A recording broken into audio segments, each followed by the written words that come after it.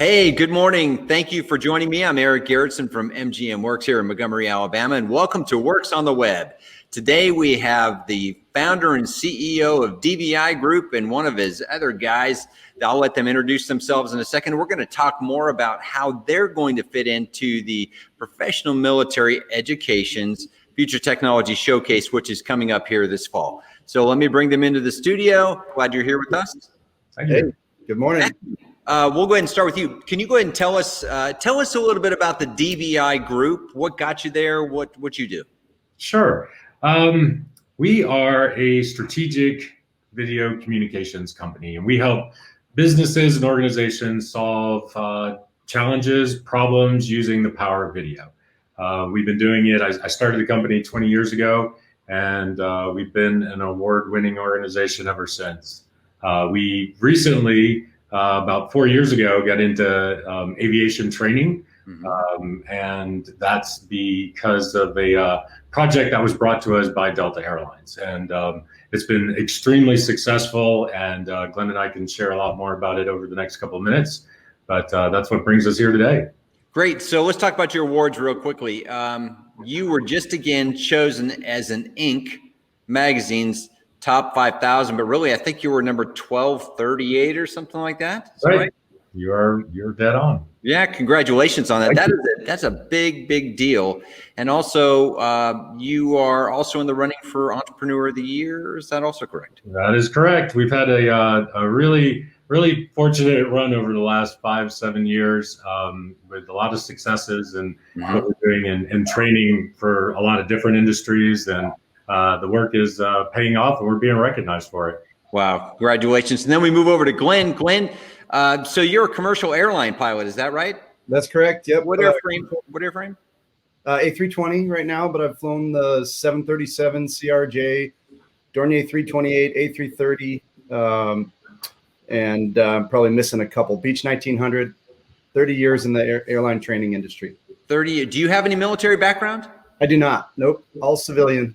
Wow, that's amazing. Don't hold it against me. No, not by any means, because if you look, how many of our guys and girls come out of the military cockpit and go into your world? So obviously they're excited about what you do. We are too. Okay, so let's talk about training. So Glenn, you had spoken to me earlier that you actually do a lot of instruction. Yep. And you do a lot of training with pilots. And in fact, we actually have a local Air Force colonel that also flies for an airline, and you've been involved in his training. And in fact, we were introduced to you guys because of the successes that he talked about, and how much that helped him get prepared to get back into the cockpit again. So let's talk about how DVI, Glenn, let's go ahead and talk about how DVI helps pilots transition into the cockpit more seamlessly than maybe books. Yeah, sure. Well, I'll start by saying at my commercial airline, about 46% of our airline pilots come from the U.S. military, one branch or another. So quite a few of those pilots have never worked in the airline industry before. Quite a few of them have never worked in a crew concept flight deck before. A lot of single seat fighter guys that just brilliant young guys that come to the airline and need to acclimate to our environment, which is a big ask for a guy to learn a new airplane, learn to operate with other people in the flight deck, etc. So the individuals that you were talking about that I've worked with specifically enjoyed the product that DVI produces because of its ability to immerse the student in the flight deck immediately, kind of correlate knowledge, book knowledge that you would have a tough time doing otherwise just by reading the material.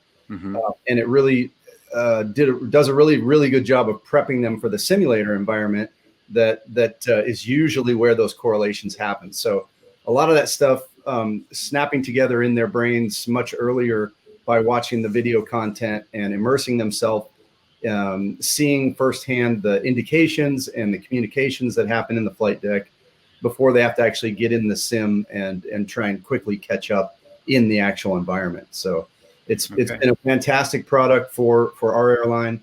I was very proud to be a part of that project, and I'm proud to take it to the rest of the world at this point. Okay, great. So Matthew, being the founder, the CEO of the company, what kind of stories have you heard? What kind of things have you seen on how it helps a pilot? Now, Glenn just talked about, yeah, it gets them a little more prepared, but are pilots changing today? Does technology have to change with the way the pilots learn today? Certainly. I mean, I think that, what we're seeing is an entire generation that absorbs information differently, right? And it's happening to all of us. I mean, if you're going to go repair your dishwasher, you're going to pick up your phone and you're going to go to YouTube and see if someone else has done it. And so, the power of video and the way the internet has changed is creating this just need for, this new content and it's information content.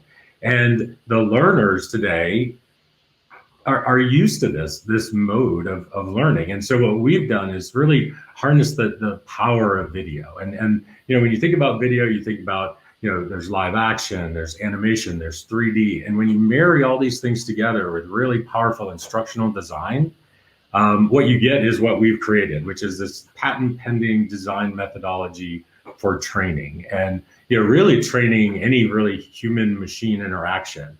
But, the first step for this for us was aviation. It was just a natural. So, when we got on board with Delta, it was sitting in briefings. It was, really taking the time to understand how pilots learn, how they get all this information, how they use it, how they need it, how we can structure the content. And it's been really powerful and effective. And I've heard lots. Look, I've been to a lot of different events showing this product. And I've heard people say, I've been in aviation training for 30, 40 years. And I've never seen anything like this. And, that's exciting. That is very exciting. So Glenn, give me a story, Glenn. Give me something anecdotal. I had a pilot tell me that it helped me this much, or it did this for me. Do you have any stories like that? Oh, sure. So one of my roles in the airline has been managing instructor pilots. So I get direct feedback from instructor pilots continuously. Probably the best, most hard-hitting information, it's anecdotal, of course, but the information we get is when we have instructors come in and praise the product and talk about how the student that they have is entering their portion of the training at a collegiate level of understanding now, instead of maybe a elementary or high school level of understanding. So that ability for the student to be that much more prepared also provides the instructor time and energy that he would have normally spent on basics and trying to correlate information for the guy and give him, an essay picture of a situational awareness picture of what it's going to be like in the flight deck. That student's already prepared for that. So when he comes into the classroom, comes into the briefing room, those students are able to spend much more time asking directed questions. The instructor can spend more time checking for understanding and talking about the higher level information that is going to be necessary prior to that pilot getting out on the line than they would have otherwise been, because of the time saved in not having to go through the basics over and over to get that student ready. So we hear that kind of feedback a lot, and it's extremely powerful, and it's something that proves that the bar has been moved, in my opinion. Absolutely. So the DoD loves metrics. I think everybody loves metrics, right? Metrics don't always tell the whole story. We understand that. But if you were to say it saves, again, anecdotally, but our training saves X number of hours of classroom time, or it accelerates a student pilot this much faster, what would you say to that?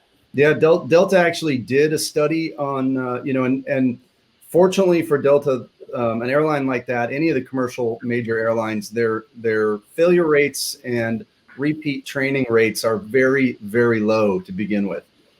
They pick pilots very well and they train them very well. So by the time the training programs are expandable to the point where, those airlines will provide the additional training necessary to build the competencies that pilots need to pass their check rides. So measuring a change in failure rates, measuring a change in required additional training is very difficult, because it's talking, you know, 0.1% at that point. But that Delta did do a project to measure that, and they saw a very definite movement of reduction in failures, reduction in training, additional training that was put forth as a metric for the airline. Wow. Okay. So Matthew, you guys have actually reached out to the Air Force and are dealing with an Air Force installation in a unit right now that is involved in aviation, and they're kind of fielding some of your products. Is that correct? And can you talk about that? Yeah, absolutely. And the Air Force actually reached out to us, which was even more exciting. So, yeah, a team from trying to think back. Travis Air Force Base. Yeah, Travis. But 2 years ago, I guess they were visiting Delta on, kind of, I guess, what are they called, Glenn? What do you guys call those? That's good question. Site visit, liaison, like a liaison. It's some kind of, but researching what they were doing and training and, you know, sharing ideas. And apparently our, you know, of course, our product came up, and at Delta, they call it the eBrief product. And, you know, so they were demoing the eBrief product, and everyone was very impressed, and they said, who did this? And so, you know, they gave DVI Group's name, and a couple months later, I get a call from someone asking me if I wanted to get involved with the DoD and the guys at Travis, and it's the KC-10 formal training unit out there. And so we've been working with Major Doug Shockey and his team, and we are prototyping 5 different types of modules, training modules. Mm-hmm. The result will be about 20 different training, you know, videos, but we've broken it down to where we're looking at very specific modules for the Air Force, which are different, somewhat different than what we've done for Delta. So are you going to have, like with the Delta ones, or the ones that I've seen online, are you going to have actual Air Force pilots as the people who will be talking? Absolutely. Well, we will have Air Force pilots on the flight deck, and we will have actor talent doing the instructing. Yeah, part of our secret sauce. Yeah, secret sauce. Pilots don't make great actors. I gotcha. Okay, well that's okay. Actually, Southwest Airlines seems to throw their pilots and their flight crews out there in their commercials all the time. So some of them are okay. Yeah, some of them. Okay, so you now have transitioned. The Air Force has showed interest. Has anybody else in the DoD showed interest? Do you know? Or can you know, we haven't. We've been really focused on what we're working on right now with the KC-10, and I think, you know, we got to be careful about drinking from the fire hose. Sure. But you know, we're deep into this now. Glenn has been working, you know, diligently with the team over there and breaking down their content, and our team of animation experts and, you know, instructional designers have been working to pull this together. And I think, you know, early next year we're going to have all these prototypes done, and you know, we're going to be reaching out to a lot of different folks to show them what we're doing and what we can do, and hopefully we'll generate a lot more interest. Okay, well, good. So you guys have talked now about a modality of learning, right? The visual, the auditory, all that coming together, right? And then getting into the, getting onto the flight deck, the kinesthetic, the hands-on, and bringing that all together. Is this kind of technology that you're talking about only good for airlines? Can it be used in other ways, in the professional military education classroom, or in Air Force training of some other sort? Matthew or Glenn? Yeah, I'll start, Matthew. Okay. To be honest, Eric, you know, anywhere you have a need for on-demand, anytime, anywhere training, because most of this training is developed to be delivered via tablet for the learner. Anywhere you have a manual where someone is trying to read about man-machine interface, or procedures that have to do with mechanical devices, this training will benefit. So no, by no means is it limited to commercial pilots or even pilots. Right now we're working on boom operator stuff for aerial refueling for the KC-10, flight engineer stuff, academics, and a multitude of other things. So, you know, in my mind, having worked with this since 2016, the real meat of the product is anytime a person needs to work in a team and manipulate a machine, that's a really perfect place for this product.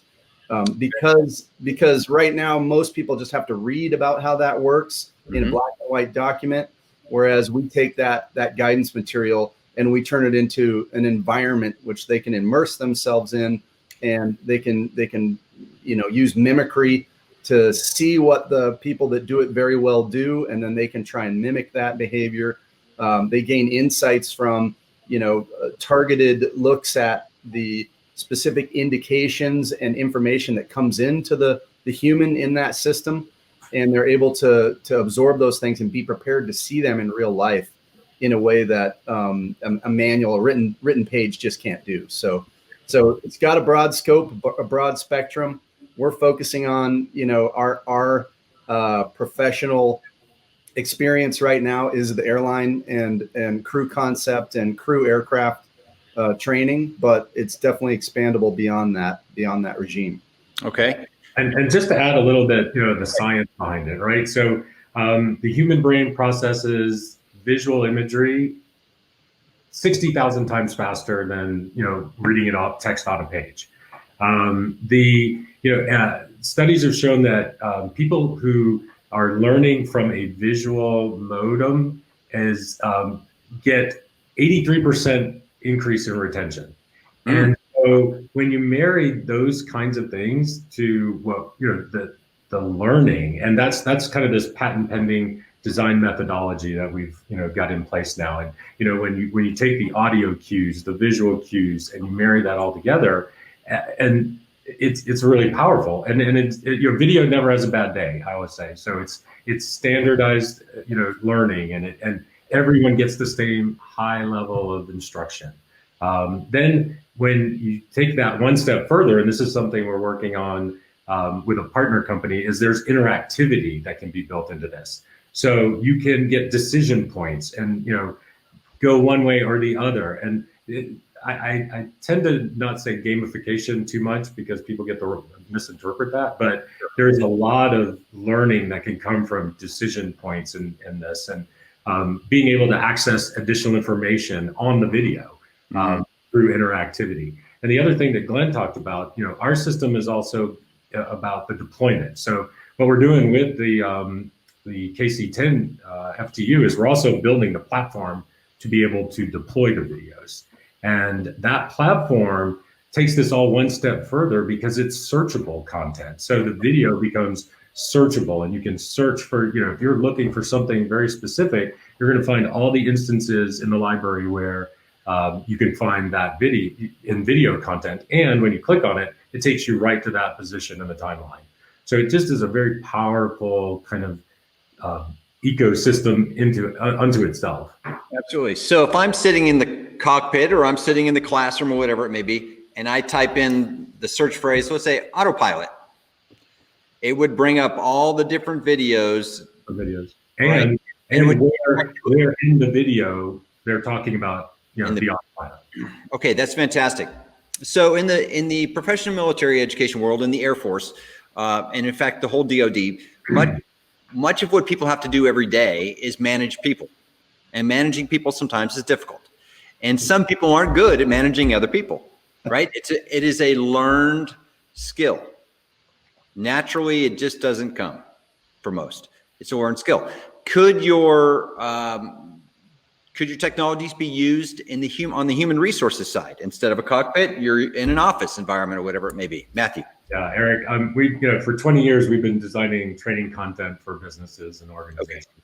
We've done in everything from HR, like you talked about, and before this meeting here, I was on talking to a group about helping train their worldwide sales organization. So you name it. We've the power is the video. It's and we have a team of people who've been creating content, and we can pull in SMEs for different topics and create content that addresses pretty much any training need. Okay, so for our event, which is coming up again this fall, what could people who view your portion of the event, what are they going to be looking at? What can they see and expect from you guys on the stage, whether it be virtually or in person? Oh, quite a show. We make video, right? We make video content. So you're going to see Glen's smiling face and some amazing video content. We're going to share what we make. I mean, it's important for people to see it and experience it. And I think that, that's what we'll bring along. So good. Okay. So in closing, ideally, if you were to say, Eric, this is where we want to go next with the Air Force. Okay. Travis Air Force Base aside, the KC-10 aside. If you were to say, ideally, Eric, this is where we want to go next, because you're working on NAVWorks Challenge right now, where is it you want to go next? There's several answers to that question, Eric. The organic, obvious answer for us is to grow within the Air Mobility Command section of the U.S. Air Force. We would like to build entire suites of training materials for pilots for the KC-10, the KC-135, the C-17, the C-5, and just continue moving in that direction. The upper end of that is unlimited. The F-16 community is very interested in some of the training materials. Any of the single seat fighter or bomber aircraft would be an applicable target for us. So obviously, we would like to become the Air Force's primary provider for training material at some point, but we want to work there in an organized fashion that doesn't outgrow our system. So sure. Okay. So Matthew, one more question on this when it comes to the kind of business side and it comes to working with partner companies. So some of the other companies that are going to be at our event this fall are heavy on the AR VR. Mm-hmm. You're 2D, 3D. Can those two merge? Can the Air Force go, listen, I know this is great technology today, the 2D, 3D, but I got this AR VR company over here. Can you guys come together and work a project for us that will take us 10 years down the road? Oh, I absolutely think that there's opportunity for that. And, we partner with a lot of different AR companies and, kind of platform enablers, because a lot of them don't create the content. And so there becomes kind of this natural fit to be able to do that. And so I think that, we have, such a mastery of those, the 2D, the 3D and building live action content that, the platform, we can fit into other platforms. So there could be a very natural fit to that. Good. Okay. Well, that's important, I think, for everybody to know when they're watching this video or when they're getting ready to attend, that you guys are not pigeonholed just in video. Because when we think about video, it is different than VR and AR. So that's great. Okay. With that said, we're going to bring this broadcast to an end. I really appreciate Matthew and Glen. I appreciate you guys being on with me today. I'm really looking forward to what you guys are going to bring to the table on at our PME Future Technology Showcase. And my goal, again, is for everybody who's in attendance, whether it be virtual or in person, that they're going to look at your product and they go, that is somebody we need to talk to. That's what I'm trying to do. I'm just trying to make some connections like the Air Force made in the past with you, just trying to make those connections again. And I'm excited because I think there's just so much talent here at Air University. You're probably going to find some people that are going to be very excited about what you guys are presenting. So with that said, Matthew, thank you very much. Glen, thank you very much. Thank you, Eric. Safe travels when you're flying around the world in your plane or Mexico or Canada or whatever it may be. And I look forward to seeing you guys here very soon. Thank you. All right. Thank you. Appreciate it. You bet. Have a good day.